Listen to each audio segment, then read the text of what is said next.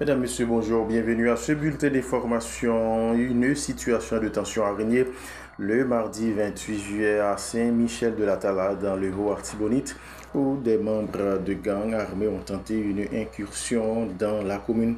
Venus de la zone de marchand des Salines, les assaillants ont semé la panique à Marmont, une section communale provoquant la fuite de vendeurs de marché et s'apparent de marchandises, d'un véhicule et de téléphones portables, selon des témoignages recueillis par Scoop FM.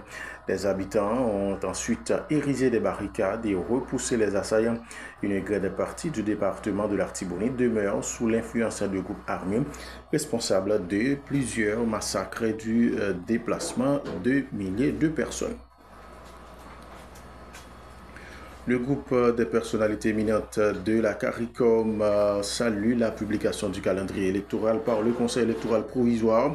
Il qualifie cette étape d'essentielle pour le processus électoral puisqu'elle fixe les dates relatives à l'organisation des élections générales.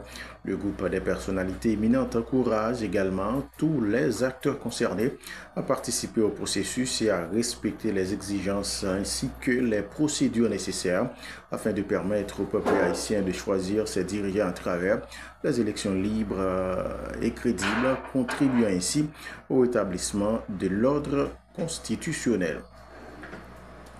Pas moins de 61 ressortissants haïtiens rapatriés des Bahamas, dont 15 femmes et 46 hommes, ont été accueillis par le gouvernement haïtien mardi 28 juillet 2026 à l'aéroport international du Cap-Haïtien.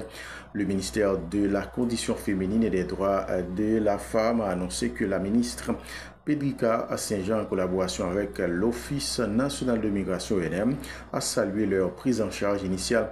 Une aide financière destinée aux besoins essentiels a été octroyée, tandis qu'un accompagnement psychologique, des soins médicaux et des repas chauds ont également été proposés.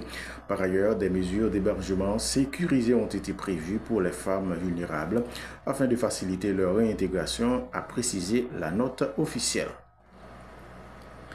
Le policier Janderson Cantavajan II, affecté à l'UDMO, et sa femme Nathalie Michel ont été reconnus coupables d'assassinat de complicité, d'assassinat et d'association de malfaiteurs dans le meurtre de la policière Nathaniel Medine Michel qui a été criblée de balles le 28 août 2024 à Delma 75.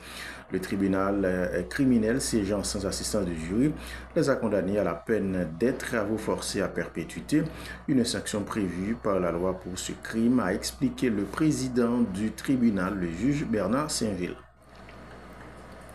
Et puis à l'étranger, Keiko Fujimori a été investie présidente du Pérou mardi 28 juillet 2026 après avoir prêté serment lors d'une cérémonie officielle devant le Parlement, devenant ainsi la première femme à diriger le pays. Fille de l'ancien président Alberto Fujimori, elle marque le retour du Fujimorisme au pouvoir 26 ans après la chute de son père en 2000.